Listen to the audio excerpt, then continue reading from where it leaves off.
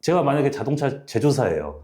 근데 원가는 절감시키래. 당연히 눈에 안 보이는 거부터 우선순위가 되지 않을까요? 외형은 뭐 팔아야 되는 상품이니까 우리가 그 모양을 떨어뜨릴 수는 없고. 마감 단계에서 이렇게 하자가 생긴 것들을 이렇게 짚잖아요. 마감을 조금 더 깔끔하게 했으면 될 문제가 아닌가.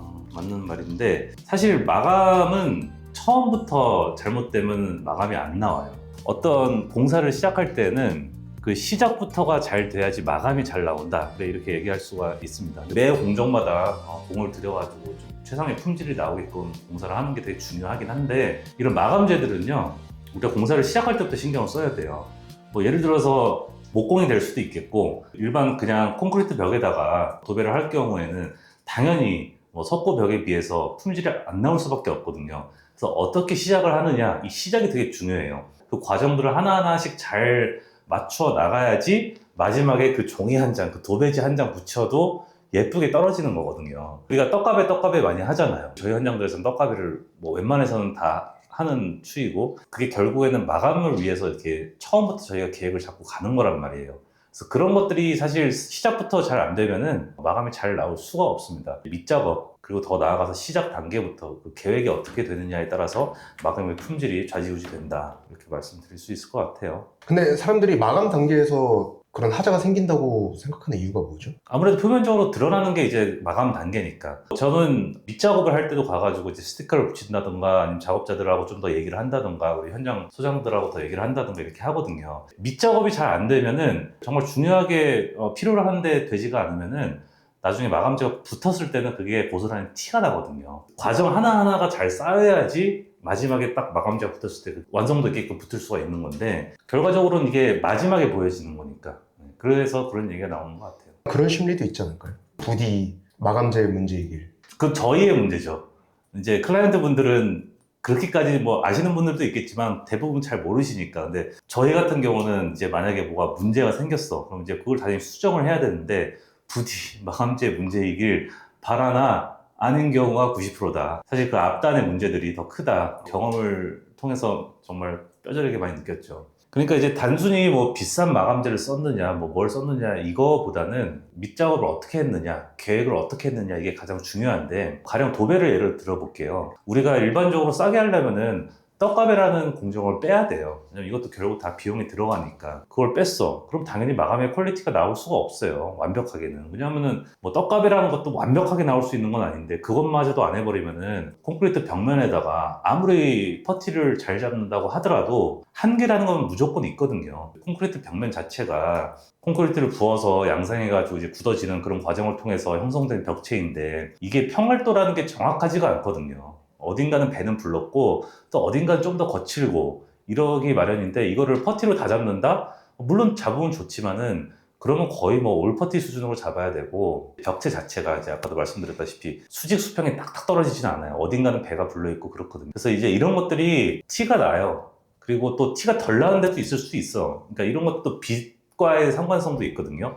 또 반사광이 많거나 아니면 빛이 직접적으로 간접같이 뭐 이렇게 위에서 아래로 딱 떨어지거나 이러면은 더 도드라지기 마련이죠. 그래서 이런 리스크를 줄이려고 떡가베를 하는 건데, 이제 이런 공정을 뺀다 하면 사실 이 한계에 대해서도 이해를 해야 되고, 그걸 수긍해야 되고, 완벽하지 않다는 것도 클라이언트도 알아야 돼요. 디자인 업체에서도 물론 그만큼 설명을 해줘야 되겠지만, 그냥 마지막에 가서 드러나니까 이 중간 과정에 대해서 생각을 안 하는 경우가 되게 많아요. 그래서 이런 것들이 사실 더 큰 문제다라고 저는 생각을 해요. 이런 것들이 있는데 그냥 무조건적으로 싸게 해달라, 이건 좀 모순이죠. 싼 건 다 이유가 있기 마련이잖아요. 이유 없이 싼 건 없습니다. 이런 밑작업 미비로 인해서 발생할 수 있는 치명적인 하자는 어떤 게 있죠? 사실 되게 치명적인 건 없어요. 예, 품질의 문제인 거지. 추상적이잖아요. 그리고 이제 업체도 업체인데 클라이언트 분들이 설명을 해줘도 당연히 잘 된 걸 기준으로 머릿속에 딱 이렇게 자리 잡고 있기 때문에 그렇지, 이런 것들이 소통이 충분하지 않으면은 결국 마지막에 가가지고는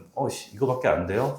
왜 이래요? 이거 더 잘 나올 수는 없어요 하면서 이제 거기서 분쟁이 생길 수도 있어요. 이제 이런 것들을 없애려면은 그만큼 업체에서도 충분한 설명을 해줘야 되고, 그리고 이제 클라이언트 분들도 사실 이제 잘 된 것만 우리가 이제 많이 보잖아요. 그 잘 된 게 왜 잘 된 건지에 대한 생각도 좀 해봐야 돼요. 왜냐면 잘 된 결과물들은 이런 것들이 다 녹아져 들어가 있어요. 그만한 이제 비용과 가치들이 다 들어간 거거든요. 그러니까 이제 그런 결과물, 완성도 좋은 결과물이 나오는 건데 결국에는 그 안에 수많은 노력들이 들어가 있다는 게 그걸 좀 알아봐야 되는 눈이 좀 필요할 것 같아요. 근데 또 소비자 입장에서는 난 돈 냈으니 업체가 알아서 해야 되는 거 아닌가 라고 생각할 수도 있을 것 같아요. 그렇죠. 인테리어는 이게 찍어내는 공산품이 아니잖아요. 우리 얼마를 줬을 때 얼마짜리 물건을 딱 받을 수 있다 이게 아니다 보니까 참 변수가 되게 많죠. 그래서 이제 예산이라는 변수도 있고 예를 들어서 같은 30평짜리 아파트야. 나는 901호고 옆집은 902호야.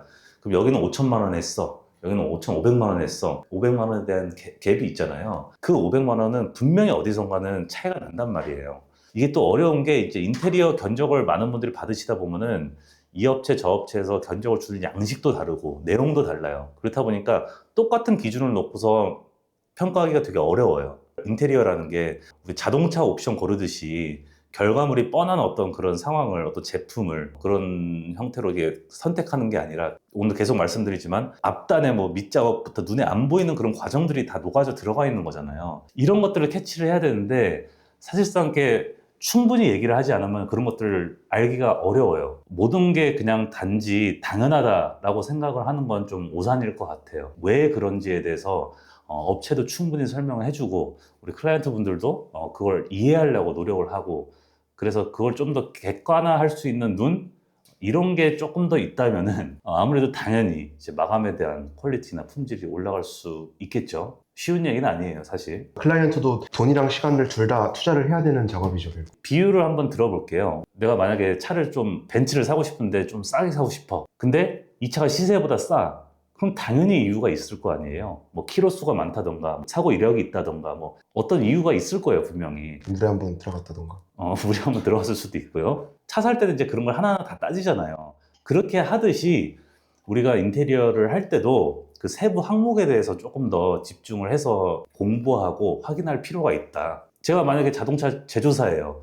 근데 원가는 절감시키래. 당연히 눈에 안 보이는 거부터 우선순위가 되지 않을까요? 외형은 뭐 팔아야 되는 상품이니까 우리가 그 모양을 떨어뜨릴 수는 없고 그건 어느 정도로 가져가되 이제 눈에 안 보이는 뭐 흡음재를 뺀다던가 아니면은 뭐 차체를 용접해야 되는데 뭐 용접이 기본적으로 100개는 해야 되는데 그거를 뭐 80개, 뭐 70개로 줄인다던가 이런 식으로 이제 눈에 안 보이는 원가 절감을 할 수밖에 없어요.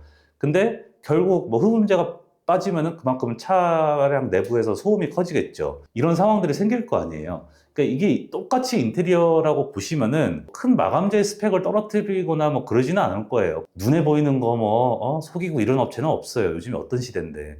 근데 당연히 이제 눈에 안 보이는 그런 밑작업, 이제 앞선 공정들에서 뭔가는 빠지기 마련이겠죠. 돈이 싸지는 만큼.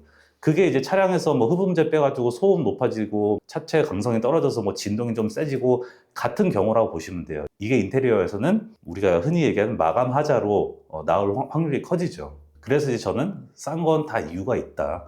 무조건 쌀 수가 없다. 같은 조건이면.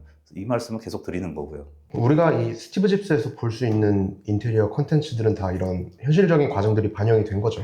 그럼요. 저희뿐만이 아니라 사실 이렇게 좀 진지하게 유튜브 채널을 통해서 각자 회사의 색깔을 이제 보여주는 이런 채널들이 되게 많잖아요, 요즘. 재밌는 게 이런 많은 업체들이 공통적으로 하는 얘기는 딱 하나입니다. 보이지 않는 과정들에 대한 중요성. 이거는 어떤 업체든 똑같이 얘기를 하고 있어요. 그래서 이제 일반인 분들도 이런 영상을 보실 때에는 이 업체는 어떻게 하는지, 어떤 철학을 갖고 하는지에 대해서 조금 더 집중을 해보시면 조금 더 많은 것들이 보일 것 같아요. 그래야 진짜 상담을 하고 내가 이제 준비를 할 때 더 좀 깊은 얘기가 가능하고 도대체 과정이 어떻길래 그만큼 가치를 하는 건가 라는 거를 조금 집중해서 보시면은 좀 더 눈이 트이시지 않을까. 그리고 좀 더 깊은 얘기, 좀 더 실질적인 얘기. 그런 것들이 결국은 이제 마감을 좌지우지 하거든요. 클라이언트들은 업체를 조금 더 믿고 업체들은 반대로 또 클라이언트에게 더 많은 설명을 해주고 왜 그 많은 공소가 필요한지에 대해서도 좀 충분히 설득하고 이해를 시키고 그 신뢰 관계가 형성이 돼야지 이제 그걸 하기 위한 어떤 결정을 내릴 수가 있잖아요. 이러한 소통 방식을 좀 더 갖고 한다면은 마감의 퀄리티는 무조건 좋아질 수 있다고 생각을 합니다. 아까 호수 얘기해줘서 생각했는데 그 인테리어 견적이 집마다 이렇게 천차만별인 게 901호, 902호여도 뜯어보면 집 컨디션이 되게 완전 많이 다를 수 있지 않나요? 거의 그럴 확률은 없어요. 아, 그래요? 네. 예를 들면 뭐 윗집에서 물이 샌다던가 901호는 안 망가졌고 902호는 망가졌어. 그럴 경우는 견적이 다를 수 있겠죠. 왜? 그거를 수리하기 위한 또 비용이 들어갈 테니까. 누가 그 비용을 내던 간에. 그거 아니고서는 사실 크게는 없어요. 전체 리모델링을 한다는 기준 하에. 물론 부분 공사를 하실 분들이라면은 901호는 조금 더 깨끗하게 써가지고 재활용을 해도 될 만한 게 있을 수도 있고 901호 같은 경우는 좀 집을 깨끗하게 사용한 집이라서 재활용할 수 있는 범위가 좀 더 넓을 수도 있고 902호는 아닐 수도 있고 이런 차이는 있을 수 있겠죠. 근데 이제 전체 리모델링을 한다고 했을 때는 그렇게 같은 동이면 당연히 차이 날 게 크게 없죠. 비단 같은 옆집의 비율뿐만이 아니라 어떤 아파트든 사실 예상치 안에 다 듭니다. 예상치? 그 폭이 어느 정도인지 말씀해 주실 수 있나요? 이걸 수치적으로 얼마나 표현해달라면 저도 그렇게까지 생각해 본 적은 없는데, 우리가 통상적으로 이제 다양한 분들을 만나고 다양한 아파트를 이렇게 하다 보면은, 아파트라는 이 공동주택은 짓는 과정이나 설비나 이런 것들이 다 비슷비슷해요. 예를 들면 어떤 아파트의 경우는 뭐 때문에 어떤 설비적인 이슈 때문에 그게 조금 더 들어가고 안 들어가고 이런 차이는 있을 수 있겠지만, 통상적인 범위 안에서는 다 예상이 되고, 그 다음에 이제 아파트 연식, 어떤 단지인지 저희가 웬만한 데는 좀 특징을 알고 있고, 모르더라도 이제 관리사무소를 통해서 주요한 이슈들에 대해서 미리 사전에 물어볼 수도 있고, 이런 걸 통해서 다 유추해낼 수가 있거든요. 그리고 이제 우리가 실측을 가잖아요. 실측 갔을 때 단순히 이런 사이즈들만 재는 게 아니라 그런 주요 이슈가 생길 만한 부분에 대해서는 저희가 다 열어보고 뜯어보고 그렇게 해서 확인을 합니다. 어느 정도 다 공사하기 전이라도 예측은 가능하죠. 밑작업이 되게 중요하다고 했는데 네. 과유불급이라고 밑작업이 과잉돼 갖고 잘못되는 경우가 있나요? 있을 수가 없을 것 같은데요. 네, 밑작업이 잘 된다면 당연히 마감내 품질도 올라가겠죠. 그러니까 이제 이 밑작업이라는 거는 무조건 비용적인 걸 말씀드리는 건 아니에요. 비용이 물론 이제 큽니다. 왜냐면 그만큼 한 사람이라도 더 들어가서 뭔가를 만져야지 더 나아질 수 있는 확률이 커지니까. 근데 그만큼 감리, 그만큼 업체의 어떤 계획도 중요하고요. 현장에서의 감리도 되게 중요해요. 그래야지 이제 잘 나올 수가 있죠. 근데 이 모든 거는 뭐다? 다 예산이 들어가기 마련이니까 제일 중요한 건 일단 예산이고, 그 예산에 맞춰서 할 수 있는 게 있고 할 수 없는 게 있어요. 예산이 10억짜리라도 아마 마찬가지일 거예요. 예를 들면 수억짜리 인테리어를 했을 때 그러면 다 어떤 FM대로 이상적인 방향으로 다 밑작업을 하냐? 사실 그건 아니에요. 그만큼 모든 것들에 대한 비용이 높아지니까, 또 그 비용 안에서 이제 밸런스를 맞춰야 되니까, 그 안에서 또 선택과 집중을 해야 되니까, 이제 클라이언트한테 왜 이래야 되는지, 왜 이럴 수밖에 없는지, 대안은 뭐가 있는지, 그래서 결정을 하게끔 저희가 이제 해드리죠. 그게 저희 같은 디자인 업체가 해야 되는 일이고, 그런 밸런스를 맞춰주는 사람들이니까. 자, 오늘 이렇게 마감에 대해서, 마감의 퀄리티에 대해서 여러분들께 이야기를 드렸는데요. 하자를 막는 해답은 무조건적으로 밑작업을 잘해라가 아니라 이 업체와 클라이언트 간의 소통, 신뢰, 거기서부터 시작이 된다고 생각을 해요. 공사가 시작할 때부터 올바른 계획과 그 공사 안에 수많은 과정들에 대해서 논의를 하고 결정을 하고 최대한으로 최선의 방법을 찾아가지고 진행을 해야지만, 그런 모든 결과물들이 쌓여서 결국 마지막에 마감재가 붙었을 때 우리가 생각하는 만큼 나오기 마련이거든요. 그래서 이 모든 과정들은 결국에는 업체와 클라이언트 간에 얼마큼 협업을 잘하느냐에 따른 결과물인 것 같습니다. 그래서 오늘 이야기들 좀 참고하셔가지고 공사를 하실 분들은 준비를 하신다면 분명 더 나은 마감 퀄리티를 기대하실 수 있을 겁니다. 오늘 영상도 도움이 되셨다면 구독과 좋아요 눌러주시고 다음번에도 또 좋은 이야기로 찾아뵙겠습니다. 감사합니다.